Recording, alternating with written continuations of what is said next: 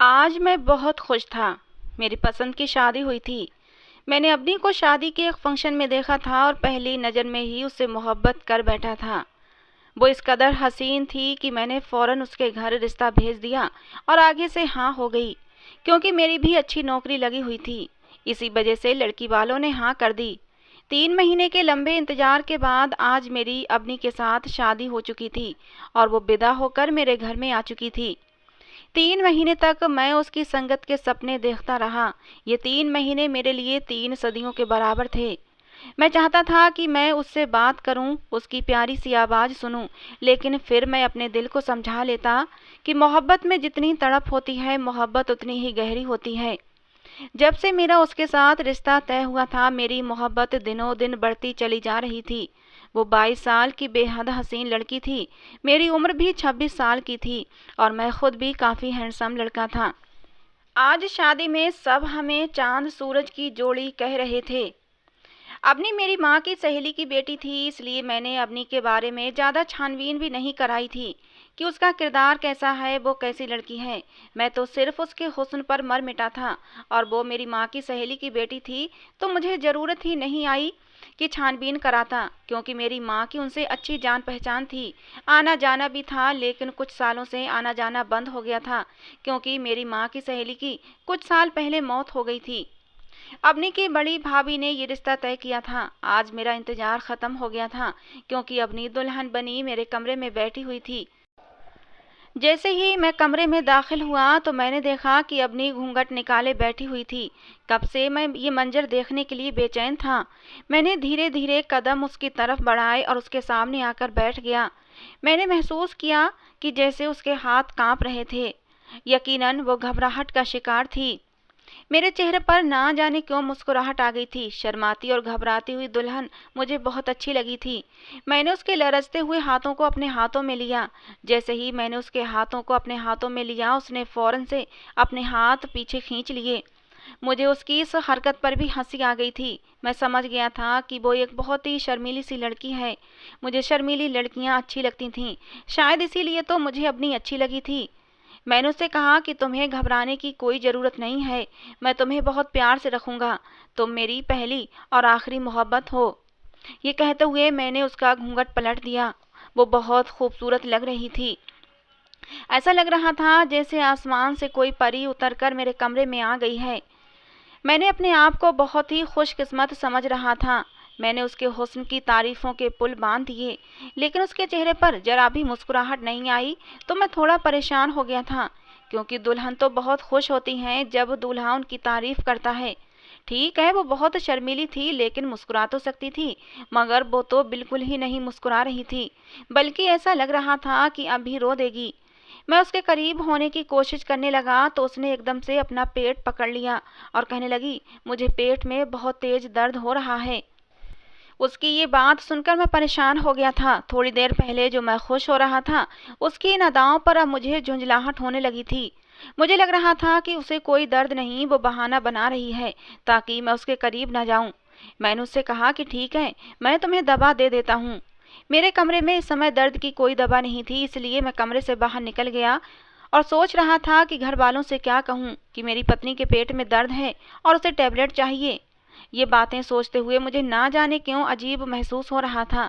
सब घरवाले भी सो चुके थे। पूरे घर में इस समय खामोशी का राज था। मैंने दवाई तलाश करनी शुरू कर दी, जो कि मुझे जल्दी ही मिल गई थी। मैं दवाई लेकर मुड़ा ही था कि मेरे एक कजिन ने मुझे वहाँ देख लिया, जो कि मेरे मामा का बेटा था।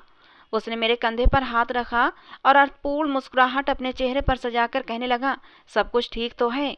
मैंने कहा, हाँ सब कुछ ठीक है। असल में अपनी की तबीयत कुछ ठीक नहीं है, इस वजह से मैं उसके लिए दवाई लेकर जा रहा हूँ।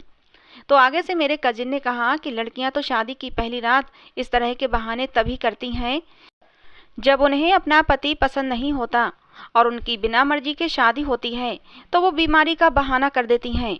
मुझे तो ऐसा लगता है तुम्हारी पत्नी भी इसी वजह से बीमारी का बहाना कर रही है। शायद उसे तुम में कोई दिलचस्पी नहीं है। अगर वो शादी से खुश होती तो तुम इस वक्त कमरे से बाहर ना होते। मेरे कजिन की बातों ने तो मेरे अंदर जैसे आग सी लगा दी थी। मुझे उस पर बहुत गुस्सा आया था, लेकिन मैं शादी वाले घर के माहौल को ख़राब नहीं करना चाहता था। थोड़ी देर पहले जो मैं सोच रहा था कि शायद वाकई मेरी पत्नी को पेट में दर्द होगा, लेकिन अब अपने कजिन की बातें सुनकर मुझे महसूस हो रहा था कि शायद वो सच ही बोल रहा है। क्या वाकई अपनी इस शादी से खुश नहीं थी? अगर वो खुश नहीं थी तो फिर उसने शादी के लिए हामी ही क्यों भरी थी? जहाँ तक मेरी जानकारी में था तो उसके घर वालों ने उसकी रजामंदी से ये रिश्ता तय किया था। फिर मुझे एहसास हुआ कि मेरे कजिन ने शायद जानबूझकर ये शैतानी ख्याल मेरे अंदर डाल दिया है, मेरी पत्नी के खिलाफ। लोग इस तरह की बातें करते हैं ताकि पति पत्नी का रिश्ता खराब हो जाए। मुझे याद आया कि मेरे मामा का ये बेटा, जो मुझे इस तरह की अजीबोगरीब बातें कर रहा था, उसको खुद शादी का बहुत शौक था, लेकिन उसको कोई लड़की नहीं मिल रही थी। शायद वो मेरी शादी को देखकर जल रहा था, इसीलिए उसने इस तरह की बात कही ताकि मेरी खुशियां खाक में मिल जाएं। मैंने इन ख्यालों को अपने दिमाग से झटक दिया और अपने कमरे की तरफ बढ़ा तो ये देख कर हैरान रह गया। अवनी बहुत जोर से अपना पेट पकड़कर बैठी हुई है, उसकी आंखों से आंसू बह रहे हैं। मैं फौरन उसके पास गया, उसे दबा और पानी दिया। मैंने उसे कहा कि तुम थोड़ा सा आराम कर लो। जैसी भी थी वो मेरी पत्नी थी और उसका ख्याल रखना मेरी जिम्मेदारी थी। आधा घंटा मैंने उसके पेट दर्द को कम होने का इंतजार किया। इस दौरान मैं उससे बात करना चाहता था, लेकिन वो बिल्कुल भी बात करने के मूड में नहीं थी। ऐसा महसूस हो रहा था कि शायद वो बहुत तकलीफ में है और वो कुछ भी सुनना या कुछ भी कहना नहीं चाहती और ना ही कुछ बोलना चाहती है। मायूस होकर मैंने अपना मोबाइल उठा लिया और उसमें बिजी हो गया। काफ़ी देर तक मैं मोबाइल में गेम खेलता रहा। फिर मोबाइल से सर उठाकर देखा तो अवनी सो चुकी थी। ये देखकर मुझे बहुत ज़्यादा मायूसी हुई। इस रात के लिए मैंने बहुत ज़्यादा सपने सजाए थे। मुझे मेरी मोहब्बत मिल जाएगी और हम एक दूसरे से के साथ खुशगवार ज़िंदगी की शुरुआत करेंगे, खूब ढेर सारी बातें करेंगे, एक दूसरे से मोहब्बत का इजहार करेंगे। लेकिन मैंने तो खुलकर अपनी मोहब्बत का इजहार तक न किया था उससे, और वो सो गई थी। मुझे नींद नहीं आ रही थी। मेरी मोहब्बत, इतनी हसीन लड़की जो कि मेरी पत्नी थी, अब मेरे सामने लेटी थी। मैं कैसे सो सकता था? मैंने उसको हिलाकर उसे जगाना चाहा तो वो आधी नींद में थी। उसने सिर्फ इतना कहा कि मुझे बहुत तेज दर्द है, मुझे बस सोना है। मायूस होकर मैं भी सो गया और फिर क्या करता। सुबह जब वो उठी तो एकदम नॉर्मल थी, मैं भी नॉर्मल था। शादी की पहली रात इस तरह गुजरने का बहुत अफसोस तो था, लेकिन मैंने सोचा ठीक है, बेचारी की तबीयत ठीक नहीं थी तो कोई बात नहीं। सुबह वो मुझे एकदम ठीक लगी तो मैंने उससे अपनी मोहब्बत का खुलकर इजहार किया और उसे बताया कि मैं कैसे पहली नज़र में उसका दीवाना हो गया था और उसी वक्त से तुमसे शादी करने का फैसला कर लिया था। मेरी बातें सुनकर वो खुश हो गई थी। अब वो बिल्कुल तरोताज़ा लग रही थी, मुस्कुरा रही थी, शर्मा भी रही थी।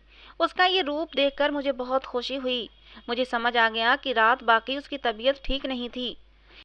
मैंने घड़ी की तरफ देखा तो सुबह के 6:30 बज रहे थे। दिसंबर की सर्दियां थीं तो अभी तक बाहर अंधेरा फैला हुआ था। सब लोग शादी के थके हारे सोए पड़े थे। बाहर किसी के भी जागने की आवाज़ें नहीं आ रही थीं। मैंने सोचा अभी तो बहुत टाइम है, कम से कम 8 बजे तक तो ये सब सोते ही रहेंगे। यही सोचकर मैं अवनी के करीब होने लगा, लेकिन जैसे ही मैं उसके करीब होने लगा तो फिर उसने अपना फिर से पेट पकड़ लिया और कहने लगी, मुझे फिर से तेज दर्द शुरू होने लगा है। उसकी ये बात सुनकर मुझे अजीब सा महसूस हुआ था। अभी थोड़ी देर पहले तक तो वो बिल्कुल ठीक थी, उससे अचानक से कैसे दर्द शुरू हो सकता है? मैं उसे डॉक्टर के पास भी नहीं लेकर जा सकता था। लोग क्या सोचेंगे कि शादी के पहले दिन ही पत्नी को डॉक्टर के पास लेकर क्यों गया है। हमारे यहाँ इस तरह की बातों को बहुत ही बारीकी से देखा जाता है। शादी की पहली सुबह ही पत्नी को किसी हकीम या डॉक्टर के पास लेकर जाया जाए तो आसपास के मोहल्ले की और रिश्तेदार औरतें पता नहीं कैसी कैसी बातें बनाना शुरू कर देती हैं। इन बातों को लोग गलत रंग दे देते थे। मैं जानता था कि इसको तकलीफ है, लेकिन अगर मैं उसको डॉक्टर के पास लेकर गया तो मेरे ख़ानदान का माहौल ऐसा था कि एक तो एक दूसरे से जलन में घिरे रहते थे। मेरे अपने रिश्तेदार हम लोगों से बहुत जलते थे। मैंने अपनी शादी पर बहुत पैसा लगाया था और बहुत धूमधाम से शादी की थी। हम लोग कोई इतने ज़्यादा अमीर नहीं थे, लेकिन अपनी हैसियत के मुताबिक ज़्यादा ही खर्च किया था। कारण ये भी था कि मेरी अभी नई नई नौकरी लगी थी, तनख्वाह भी अच्छी थी। ख़ानदान के बाकी लोग इतना खर्च नहीं करते थे, कंजूसी करते थे। ऐसी सूरत में अगर शादी की पहली सुबह ही डॉक्टर के पास लेकर जाता या डॉक्टर को घर लेकर आता तो मामला कहाँ से कहाँ पहुँच सकता था, इस बात का मुझे अंदाजा था। मेरे अपने खुद के रिश्तेदार अपने अंदर की जलन मिटाने के लिए बात को पता नहीं कहाँ से कहाँ ले जाते, मेरी इज्जत को उछाल कर रख देते, और मैं ऐसा नहीं चाहता था। मैंने अपनी से कहा, अच्छा ठीक है, तुम आराम कर लो। मैंने कमरे की लाइट ऑफ कर दी और बाहर चला गया। पूरे घर में खामोशी का राज था। सब अपने अपने कमरों में दुबके पड़े थे। मैं बाहर सोफे पर ही बैठ गया। पता नहीं कब बैठे बैठे वहीं मेरी आंख लग गई। सुबह 9 बजे मेरी आंख खुली, वो भी मेरी माँ के जगाने पर। उन्होंने मुझे जगाया और हैरत से पूछा, सागर तुम यहाँ बाहर सोफे पर क्या कर रहे हो? मैंने कहा, मम्मी आपको तो पता है कि मुझे सुबह 6 बजे चाय पीने की आदत है। मैं बस चाय लेने के इरादे से बाहर आया, लेकिन सब लोग सो रहे थे तो यहीं सोफे पर बैठ गया और पता नहीं कब आंख लग गई। मेरी माँ ने कहा, हाँ वो तो ठीक है, लेकिन बाकी सब रिश्तेदार तुम्हें ऐसे सोते देख लें तो बात को गलत रंग दे देते। जाओ अपने कमरे में जाओ। इतनी ही देर में सब लोग अपने अपने कमरों से निकल आए थे। मेरी उतरी हुई शक्ल देखकर बहुत कुछ अंदाजा भी लगा रहे थे। उन्होंने मुझसे कुछ नहीं कहा, लेकिन उनकी नज़रें मुझे बहुत कुछ कह रही थीं। मैं अपनी उदासी और अपनी मायूसी को दूर करने की बहुत कोशिश कर रहा था कि मैं खुश हूँ, लेकिन मेरे दिल का हाल शायद मेरी आंखों से झलक रहा था। मेरी माँ ने मुझे कमरे में भेजा कि जाओ देखो अबनी जागी या नहीं। थोड़ी देर बाद मैं वापस कमरे में आया तो देखा मेरी पत्नी बिस्तर पर मौजूद नहीं है। वॉशरूम से पानी गिरने की आवाज़ आ रही थी, शायद वो नहा रही थी।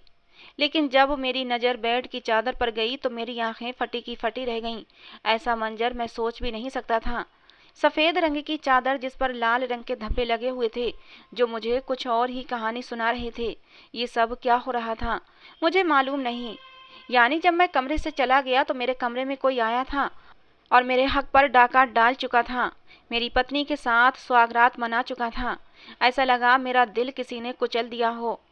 थोड़ी देर बाद मेरी पत्नी वॉशरूम से नहाकर निकली तो मेरा गुस्से से बुरा हाल था। मैंने उसे उन धब्बों के बारे में सवाल किया तो वो एकदम से डर गई। ऐसा लग रहा था जैसे उसने खुद इन धब्बों को नोटिस नहीं किया था और नहाने चली गई थी। वो हक्का बक्का होकर चादर को देखने लगी। इधर मेरा गुस्से से बुरा हाल था। मैंने उससे बहुत सारे सवाल किए, लेकिन उसने मुझे कोई भी जवाब नहीं दिया। मैंने कहा, मुझे जल्दी से जवाब चाहिए, ये सब क्या है, वरना मैं अभी के अभी तुम्हें तुम्हारी माँ के घर छोड़ आऊँगा और तुम्हें तलाक भी दे दूँगा। मेरी ये धमकी सुनकर वो और भी ज़्यादा परेशान हो गई। मेरे करीब आकर मेरे हाथ पकड़ लिए और कहने लगी, मुझे अपनी ज़िंदगी से मत निकालना। मैंने कहा, फिर बताओ ये धब्बों की वजह क्या है? उसने मुझसे कहा कि आप मुझे 3 महीने का समय दे दें, मैं आपको सब कुछ बता दूंगी, लेकिन 3 महीने से पहले मैं ये राज आपके सामने नहीं खोल सकती, वरना बहुत बुरा हो जाएगा। उसकी बात सुनकर मुझे उस पर विश्वास नहीं आ रहा था। मुझे लगा वो बिना किसी कारण के बहाने बना रही है।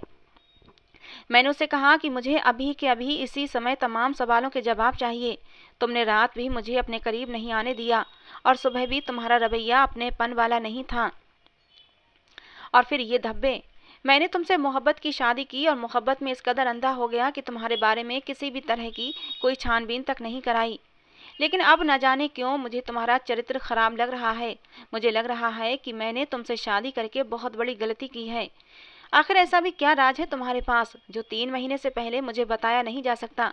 मैं 3 महीने तक इंतजार नहीं कर सकता। 3 महीने बहुत ज़्यादा होते हैं। मैं गुस्से से बोल रहा था, लेकिन हल्की आवाज़ में, कि कहीं मेरी आवाज़ बाहर न चली जाए। अगर आवाज़ कमरे से बाहर चली जाती तो इसमें मेरी ही बदनामी थी और फिर मुझसे जलने वाले खुश हो जाते कि मेरी शादी की शुरुआत ही ख़राब हुई है।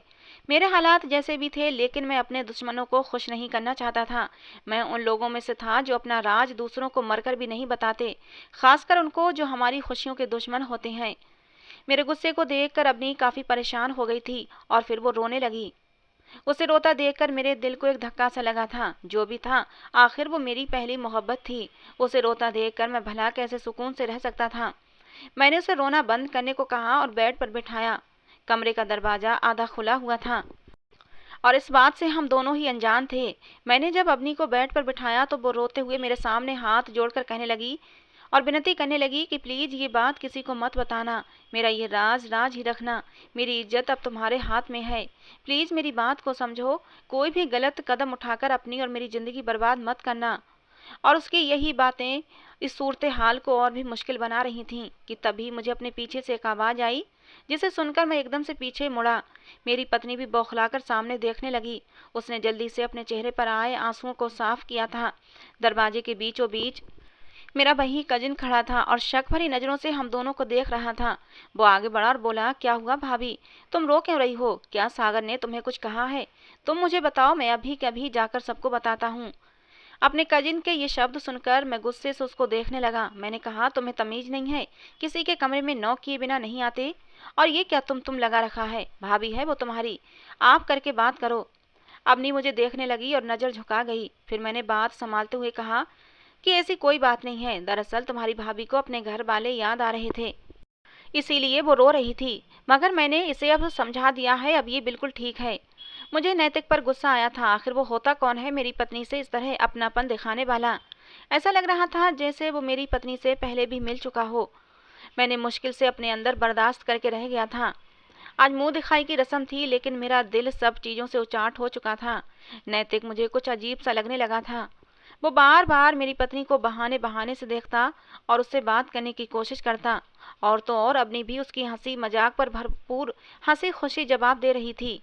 मैं जबरदस्ती की मुस्कुराहट चेहरे पर सजाए बैठा हुआ था, क्योंकि मुझे अपने खानदान बालों में बातें नहीं बनवानी थीं। शादी के फंक्शन खत्म होने के बाद सभी रिश्तेदार अब घर जा रहे थे। अवनी सबसे मिलकर कमरे में जा चुकी थी। तभी मेरी मौसी, जो कि अपाहिज थीं, उन्होंने अवनी को बाहर बुलवाने को कहा। मैं अवनी को लेने के लिए जब अपने कमरे में आया तो अध खुले दरवाजे से मैंने वो मंजर देखा कि मेरे होश उड़ गए थे। मेरे कमरे में मेरा छोटा भाई खड़ा था, जो अवनी के बालों में हाथ फेर रहा था। मैं शौक की हालत में चला गया। मेरी मोहब्बत, मेरी पत्नी मेरे भाई के साथ इतने करीब खड़ी थी।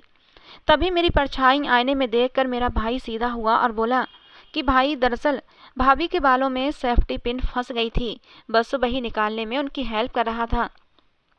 वो हड़बड़ा गया था, ये साफ जाहिर था। मेरे दिमाग को कई सोचों ने अपने शिकंजे में जकड़ लिया था। मेरा दिल चाहा कि मैं चीख चीख कर रोना शुरू कर दूं। मेरी पत्नी मेरे अलावा हर एक से हंस खुस कर बात कर रही थी। आखिर मुझ में ऐसी क्या कमी थी कि वो मुझे पास नहीं आने दे रही थी? एक बार फिर बिस्तर पर लगे वो दाग मेरी नज़रों के सामने आ गए थे। आखिर मेरे जाने के बाद कौन आया था मेरे कमरे में? क्या मेरी पत्नी का चरित्र गिरा हुआ था? मैं बंद होते दिमाग के साथ बाहर आ गया। सबसे मिल भी लिया। मेरे मामा की फैमिली अभी जाने ही वाली थी कि तभी नैतिक जाते जाते रुका और फौरन कुछ याद करते हुए बोला कि मेरी घड़ी पता नहीं मैंने कहाँ रख दी है, मुझे याद नहीं आ रही। तभी अपनी फौरन बोली कि वो हमारे कमरे में पड़ी है साइड टेबल पर। वहाँ इस समय वही दोनों मौजूद थे, बाकी सब बाहर जा चुके थे। मैं अपनी को बाहर ले जाने के लिए पलटा था कि उसकी इस बात पर एकदम से ठटक कर रह गया था। पहले भाई और फिर अब मेरा कजिन नैतिक। आखिर कौन था जिसने मेरे हक पर डाका डाला था? मेरा दिल कई टुकड़ों में बट गया था। मुझे अब हर चीज़ से नफरत महसूस हो रही थी। इतनी चाहत के साथ मैंने शादी की और शादी के 2 दिन में ही मेरी पत्नी ने मुझे मेरी ही नज़रों में गिरा दिया था। शक्ल में इतनी मासूम और भोली भाली लगने वाली अवनी अंदर से इतनी बुरी हो सकती है, मैं सोच भी नहीं सकता था। मगर इससे भी बढ़कर गिला मुझे मेरे कजिन और मेरे भाई से था। मैं जानता था मेरा भाई शुरू से ही आशिकाना मिजाज का मालिक है। वो 1 महीने में ही 3-4 लड़कियों से संबंध बनाकर छोड़ देता है, उनके साथ टाइम पास करता है। मगर मुझे बिल्कुल भी अंदाजा नहीं था कि वो घर के अंदर अपनी ही भाभी के साथ ऐसा कुछ कर सकता है। मगर मेरे शक के दायरे में मेरा कजिन नैतिक भी था। आखिर उसकी घड़ी मेरे कमरे में क्या कर रही थी? मैंने फौरन से अपने कमरे में गया, बाइक की चाबी ली और घर से बाहर निकल आया। इस समय मैं खुद को अकेला रखना चाहता था। मेरे सारे सपने चकनाचूर हो चुके थे। न जाने कब रात हुई मुझे पता ही न चला। मोबाइल पर मेरी माँ और पापा की बार बार कॉल्स आ रही थीं। आखिर मैं उन्हें क्या बताता कि उनकी नई नवेली बहू किन चक्करों में पड़ चुकी है। मैंने बहाना बनाया और थोड़ी ही देर में घर वापस पहुंचा। मैं उन मर्दों में से नहीं था जो अपनी औरत पर जुल्म करके या अपनी मर्दानगी से उसे दुख तकलीफ देकर अपनी बेइज्जती का बदला पूरा करते हैं। मैं जैसे ही घर आया तो मेरी माँ ने मुझे बहुत डांटा कि नई नवेली दुल्हन को छोड़कर कहाँ चले गए थे। मैंने बस कुछ बहाना बना दिया। सब घर वाले खाना खा चुके थे और मेरी भूख तो जैसे मिट ही चुकी थी, इसलिए मैंने बहाना कर दिया कि मैं बाहर से खाना खाकर आया हूँ। अब मैं अपने कमरे की तरफ बढ़ा। आज मुझे हर हाल में अपनी पत्नी से बात करनी थी। आखिर उसने मुझे धोखा क्यों दिया था? मैं जब कमरे में दाखिल हुआ तो कमरे में अंधेरा था। मैंने लाइट ऑन की तो सामने बेड पर अबनी कंबल में खुद को पूरी तरह छुपाए सो रही थी। मुझे बहुत गुस्सा आया। मैं आज हर हाल में अबनी से बात क्लियर करना चाहता था। मैंने जैसे ही कंबल हटाया तो कुछ पल के लिए रुक सा गया, क्योंकि बिस्तर पर अबनी मौजूद नहीं थी, बल्कि वहां तो तकियों को इस तरीके से रखा गया था जैसे वहां कोई सो रहा हो। अगर अबनी यहाँ नहीं थी तो फिर कहाँ थी? मेरी गैरत को बार बार वो ललकार रही थी। न जाने क्यों, मगर मेरे कदम खुद ब खुद मेरे भाई के कमरे की तरफ बढ़ने लगे थे। मैं अभी उसके कमरे से दूर ही था कि मुझे कुछ बातें करने की आवाज़ आई। ये जानी पहचानी आवाज़ यकीनन मेरी पत्नी की ही थी, जो किसी से बात कर रही थी। वो आवाज़ गैलरी से आ रही थी। मैंने बिना किसी आवाज़ के खिड़की के पास जाकर खड़ा हो गया और सुनने लगा। तो जो शब्द मेरे कानों से टकराए उन्होंने मुझे और भी गुस्सा दिला दिया। मेरी पत्नी शायद किसी से फ़ोन पर बात कर रही थी कि सागर को पता तो नहीं चलेगा। तुम्हें पता है कि कोई भी पति ये सब बर्दाश्त नहीं कर सकता। अगर ये राज खुल गया तो सागर मेरी जान ही ले लेंगे। कल रात भी बड़ी मुश्किल से बहाने बनाकर मैंने उन्हें खुद से दूर रखा है। अगर वो जान जाते तो शायद मैं यहाँ खड़ी न होती। अबनी और भी बातें कर रही थी, मगर मेरे कानों ने आगे सुनने की हिम्मत हार दी थी। कितना बड़ा धोखा दे गई थी अबनी मुझे। मेरा मजाक बनाकर रख दिया था। मैं धीरे धीरे चलता अपने कमरे में आ गया। तभी अबनी भी कमरे में दाखिल हुई और मुझे कमरे में देखकर एकदम से चौंक गई। मैं बिना समय गवाए उससे पूछने लगा कि आखिर क्यों तुमने मुझसे शादी के लिए रजामंदी दी थी, जब तुम किसी और को पसंद करती थी? तो मेरी बात पर उसका चेहरा पीला पड़ गया। वो फौरन मेरे करीब आकर बैठ गई और कहने लगी, ऐसा बिल्कुल भी नहीं है। मैं सिर्फ और सिर्फ आपसे मोहब्बत करती हूँ, किसी और के बारे में सोच भी नहीं सकती। मुझे उसका एक एक शब्द झूठा लग रहा था। मैंने उसका हाथ झटका और कहा, झूठ मत बोलो। अगर ऐसा है तो फिर मुझसे दूर जाने के बहाने क्यों ढूंढती हो? और वो दाग, उन दागों का क्या मतलब समझूं? मेरी बात पर वो एक बार फिर खामोश हो गई और बोली कि मैं आपको अभी कुछ नहीं बताऊंगी, मगर उसके लिए आपको इंतजार करना पड़ेगा पूरे 3 महीने तक। मेरे दिमाग में अब फोन वाली बातें चल रही थीं। मेरा कजिन, मेरा भाई, या फिर कोई और? आखिर कौन था जो मेरी पत्नी को मुझसे दूर रहने के मशवरे दे रहा था? कोई तो ऐसा था जो मेरी पत्नी को बहुत पहले से जानता था, मगर कौन? मैं ये सोच सोच कर अंदर ही अंदर जलने लगा था। अपनी सो चुकी थी और मेरा जागना बेमकसद था। मैं भी खामोशी से करवट बदल कर सो गया। जिंदगी यूं ही अपनी राह पर चलती रही। मैं वापस जॉब पर जाने लगा था। अपनी से मैं ज़्यादा बातचीत नहीं करता था। घर वालों के सामने मेरा रवैया उसके साथ अच्छा ही रहता था। मैं लोगों को शक में नहीं डालना चाहता था। वहीं अपनी मेरे अलावा सबसे अच्छे से बात करती थी। मेरे माँ बाप, बहन भाई का अच्छे से ख्याल रखती, घर के कामों में मदद करती। मगर जैसे ही रात को मेरे साथ कमरे में आती तो फौरन कहती, मुझे पैर में दर्द है या पेट में दर्द है। उसके अंदाज से साफ जाहिर था कि वो जानबूझकर ये सब मुझे खुद से दूर रखने के लिए कर रही है। बंद कमरे में हम दोनों एक दूसरे के लिए बिल्कुल अनजान थे। मैंने भी अब अपनी पर प्रेशर डालना बंद कर दिया था। मैंने अपने दिल में मचलते जज्बातों को सुला दिया था। मेरा मन ही नहीं करता था कि अपनी के उस शरीर को बाहों में भरूं जिसे कोई और बाहों में भर चुका है। मैं जैसे ही कमरे में आता चादर ओढ़ कर सो जाता। शायद मेरी इस हरकत से अपनी बहुत खुश थी, क्योंकि अब उसे बहाने नहीं करना पड़ते थे। एक दिन मैं किसी काम से जल्दी अपने ऑफिस चला गया। 2 घंटे पहले ऑफिस गया तो 2 घंटे पहले ही घर वापस भी आ गया।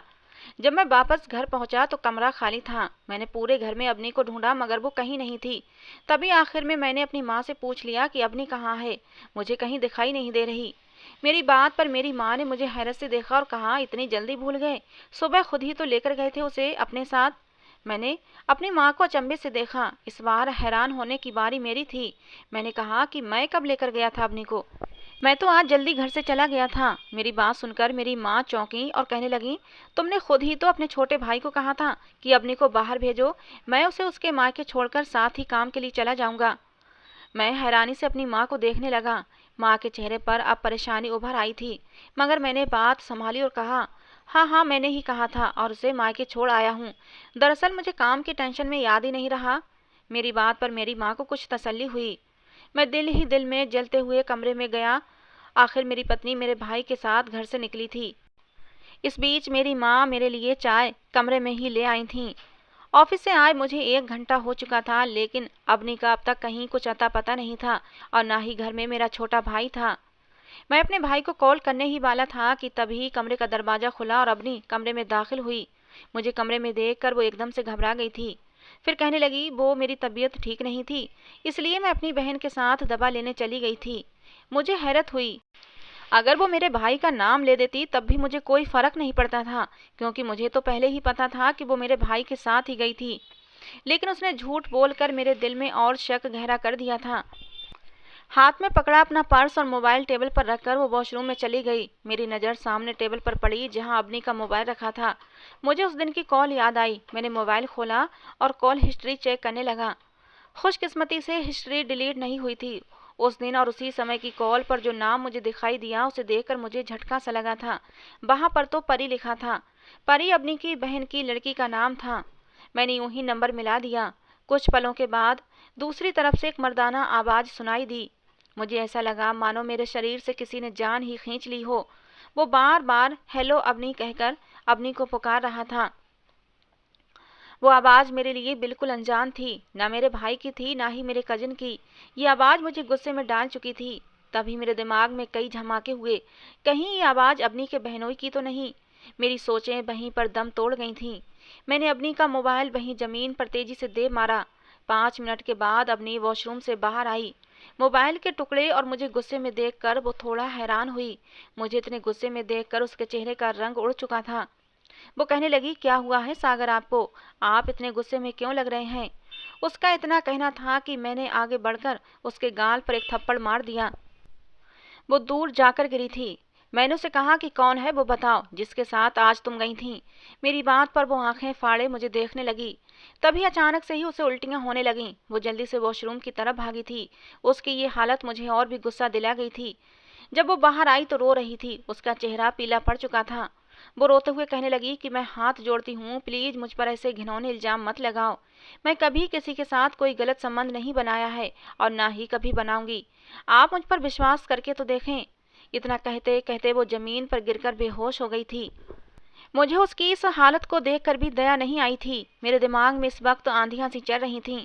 किसी ने मेरे हक पर डाका डाला था और अब ये हालत मुझे और भी शक में डाल रही थी। मेरे दिल में ख्याल आने लगा शायद वो किसी के बच्चे की माँ बनने वाली है।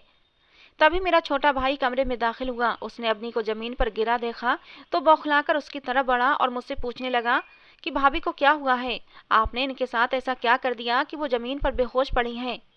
मैंने अपने भाई की हरकत पर उसे अवनी से दूर किया और एक जोरदार थप्पड़ उसके गाल पर भी रख दिया। मैं गुस्से से कहने लगा, तुम्हारी हिम्मत कैसे हुई मेरी पत्नी को हाथ लगाने की? मैं कभी इतनी ऊंची आवाज में नहीं बोला था। मेरी आवाज सुनकर मेरी माँ दौड़ी दौड़ी उधर आई थी। अवनी को बेहोश देखकर वो मुझसे सवाल करने लगी, मगर मैं उनसे क्या कहता। कुछ ही देर बाद हम अवनी को अस्पताल ले गए। डॉक्टर ने चेक करना शुरू किया। मेरी माँ अलग परेशान लग रही थी। रात के 11 बज रहे थे। तभी अवनी की बड़ी बहन अपने पति के साथ वहां आई। उन्हें वहां देखकर मैं हक्का बक्का रह गया। आखिर उन्हें किसने बताया था कि हम यहाँ पर हैं? अवनी के जीजा को देखकर मेरी रगों में एक बार फिर खून की जगह गुस्सा दौड़ने लगा था, मगर मैं बर्दाश्त करके बैठा रहा। तभी अवनी के जीजा बोले कि अभी कुछ देर पहले ही तो कॉल आई थी अवनी की, मगर वो कुछ बोल नहीं रही थी, इसीलिए हम उसकी खैरियत मालूम करने घर गए थे, मगर वहां से पता चला कि आप लोग उसे अस्पताल लाए हैं। कुछ देर बाद अवनी को होश आ गया था। वो सबको यही बताने लगी कि चक्कर आने की वजह से वो गिर गई थी। मुझे उस पर शक था। मैंने डॉक्टर से अकेले में पूछा कि अवनी को क्या प्रॉब्लम है, जिस पर डॉक्टर कहने लगी कि कुछ नहीं, ब्लड प्रेशर लो होने की वजह से वो बेहोश हो गई थी। आप उनके खाने पीने का अच्छे से ख्याल रखें, वो ठीक हो जाएगी। लेकिन पता नहीं क्यों मुझे डॉक्टर पर भी शक हो रहा था। ऐसा लग रहा था कि जैसे वो कुछ छुपा रही है। मैंने सारे रास्ते अवनी से कोई बात नहीं की। वो भी काफ़ी परेशान लग रही थी। मुझे सबसे ज़्यादा शक अपने भाई पर था। हो ना हो उसी का काम होगा। उसकी आदतों से मुझे अच्छी तरह पता था। यकीनन उसने अवनी के साथ भी अपना कोई गलत चक्कर चलाया होगा। और जब वो यहाँ आ चुकी है तो दोनों को और भी मौका मिल गया था एक दूसरे के करीब आने का। वक्त गुजरता चला गया और 3 महीने पूरे होने वाले थे। मैं सोच चुका था जैसे ही 3 महीने पूरे होते हैं मैं अवनी को तलाक दे दूंगा। ऐसी लड़की की मेरी जिंदगी में कोई जगह नहीं थी। एक दिन मैं काम से जल्दी घर वापस आ गया। घर में काफ़ी खामोशी थी। मैं अपने कमरे की तरफ जाने लगा तो मुझे किसी के बोलने की आवाज़ सुनाई दी। मेरी पत्नी से मेरा भरोसा तो कब से उठ चुका था। दिल तो वो मेरा बहुत पहले ही तोड़ चुकी थी। अब अगर कुछ बचा था तो वो थी मेरी गैरत। वो जब तक मेरे साथ थी या मेरी पत्नी थी, मैं उसे ये पाप करने नहीं दे सकता था। अंदर से मुझे बोलने की आवाज़ आई। वो किसी से कह रही थी कि पता नहीं कब ये 3 महीने पूरे होंगे दीदी, और मैं सागर को सब कुछ सच बता सकूंगी। यकीन मानिए दीदी, मुझे बहुत बुरा लगता है उन्हें तकलीफ में देखकर। वो अपनी बहन से बात कर रही थी, तभी उसकी बहन बोली कि चलो तुम कल डॉक्टर के पास जाना, शायद वो तुम्हें कुछ ऐसा बता दे कि तुम्हारे और सागर के बीच की दूरियां खत्म हो जाएं। उन दोनों की ये बातें सुनकर मैं वहां से हट गया। अब नहीं डॉक्टर के पास जा रही थी कल, मगर क्यों, मुझे ये जानना था अब हर हाल में। जैसे ही सुबह हुई मैं काम का बहाना करके घर से जल्दी निकल गया। तभी 9 बजे मुझे अपनी पत्नी घर से बाहर निकलती हुई दिखाई दी। वो एक रिक्शे में बैठ गई, मैं भी उसका पीछा करने लगा। तभी वो कुछ देर बाद एक गायनेकोलॉजिस्ट क्लिनिक के बाहर रुकी थी। मेरा शक अब यकीन में बदलता जा रहा था। नफरत की एक तेज लहर मेरे शरीर में फैल गई थी। वो अंदर चली गई तो कुछ देर बाद मैं भी अंदर चला गया, लेकिन सामने वो मुझे कहीं भी नजर न आई। मैंने रिसेप्शन से अपनी पत्नी के का नाम लेकर पूछा तो नर्स कहने लगी, ये आपकी पत्नी की रिपोर्ट है जो कि कुछ देर पहले ही आई है। आप इसे अंदर डॉक्टर के पास लेते जाएं, आपकी पत्नी वहीं पर मौजूद है।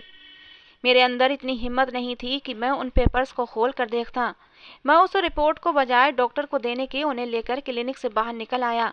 मैं वहां से सीधा घर पहुंचा था। अपने कमरे में आकर मैं अचानक से रो पड़ा था। मुझे सच में बहुत दुख हो रहा था। मेरी पहली मोहब्बत, मेरी पत्नी, मुझे इतना बड़ा धोखा देगी मैंने कभी सोचा नहीं था। कुछ देर बाद ही पीली रंगत चेहरे पर सजाए अपनी कमरे में दाखिल हुई थी। वो आते ही बोली कि आपको मेरी सच्चाई पता चल चुकी है। उसके सवाल पर मैं बोला कि हाँ, मैं जान गया हूँ। वो दोबारा बोली कि अब तो आपके सारे शक खत्म हो गए होंगे ना, मेरी मोहब्बत पर विश्वास हो गया ना आपको। मैं हैरान हुआ। उसी हैरत से बोला, कैसी मोहब्बत और कैसा विश्वास। मैं और कुछ न बोल पाया। तभी मेरी पत्नी ने रिपोर्ट खोलकर मेरे सामने की और मुझे पढ़कर सुनाने लगी। उसने जो शब्द अपनी जबान से बोले उन्हें सुनकर मेरा पूरा शरीर थर थर कांपने लगा था। मेरा दिल चाहा जमीन फटे और मैं उसमें समा जाऊं। मेरी पत्नी ने बताया कि मुझे एक ऐसी बीमारी थी जिसकी वजह से मैं अपने पति के करीब नहीं जा सकती थी। मैं 13 साल की थी जब मेरी माँ मुझे दुनिया में अकेला छोड़कर चली गई थी। मेरे लिए मेरी बड़ी बहन ही सब कुछ थी। मेरी भाभी तो मुझे बोझ समझती थी। 14 साल की उम्र में जब मुझे पीरियड्स आए तो रुकने का नाम नहीं ले रहे थे।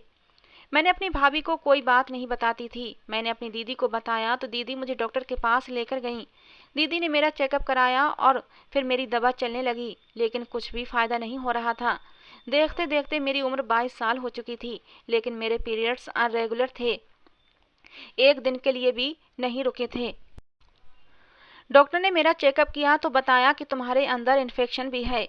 अगर तुमने अपने पति के साथ संबंध बनाया तो ये इन्फेक्शन उसे भी लग सकता है। मेरी शादी जल्दी तय हो गई थी, हालांकि मैंने मना भी किया था। तो दीदी समझाने लगी कि इतना अच्छा रिश्ता मिलना मुमकिन नहीं है। तुम्हारी किस्मत अच्छी है कि सागर तुम्हें पसंद कर बैठा है और तुम्हारे लिए रिश्ता भेज दिया, वरना तुम खुद सोचो, माँ बाप जिंदा नहीं है और भैया भाभी तुम्हें बोझ समझते हैं। वो तुम्हें कहीं भी किसी के भी पल्ले बांध देंगे, इसलिए चुपचाप ही शादी कर लो। 3 महीने तक कैसे भी करके अपने पति को रोक लेना, और हाँ, ये सच्चाई उसे मत बताना, क्योंकि कोई भी मर्द इतना सब्र वाला नहीं होता। कहीं ऐसा ना हो कि वो तुम्हें तलाक दे दे। मेरे डॉक्टर ने मुझे 3 महीने और दवा खाने के लिए बोला था। अगर मैं 3 महीने में डॉक्टर की बात मानकर दवा न खाती तो शायद मेरा इन्फेक्शन तुम्हें भी लग जाता और तुम भी बीमार हो जाते, और इसके अलावा मैं कभी भी माँ नहीं बन पाती। इसीलिए मैंने आपको खुद से दूर रखा था। मगर आज देखें, मेरी रिपोर्ट्स बिल्कुल ठीक आई हैं। मैं अब एकदम ठीक हो चुकी हूँ। अपनी की ये बातें सुनकर मैं बहुत शर्मिंदा हुआ था। मैंने बगैर सच जाने बहुत गलत सोच बैठा था। मैं शर्मिंदा था और अपनी पत्नी से माफ़ी मांगने लगा। अपनी ने भी फौरन मुझे माफ़ कर दिया था। उस पल मुझे उस पर बेहद प्यार आया। अपनी सोच पर शर्म भी महसूस हुई। जिंदगी में ऐसे कई पल आते हैं जब हम सिर्फ गलतफहमी की बुनियाद पर अपनी ज़िंदगी बर्बाद कर देते हैं। वहीं अगर थोड़ी सी सूझबूझ का इस्तेमाल कर लिया जाए तो हमारी ज़िंदगी की कई समस्याएं हल हो जाती हैं। तो दोस्तों, ये थी आज की हमारी कहानी। आपको कैसी लगी ज़रूर बताना। पसंद आई हो तो प्लीज़ लाइक करना। रोज़ एक नई कहानी को सुनने के लिए हमारे चैनल को भी सब्सक्राइब करना। कहानी को अंत तक सुनने के लिए आप लोगों का बहुत बहुत धन्यवाद दोस्तों। मिलते हैं अगली किसी नई कहानी के साथ।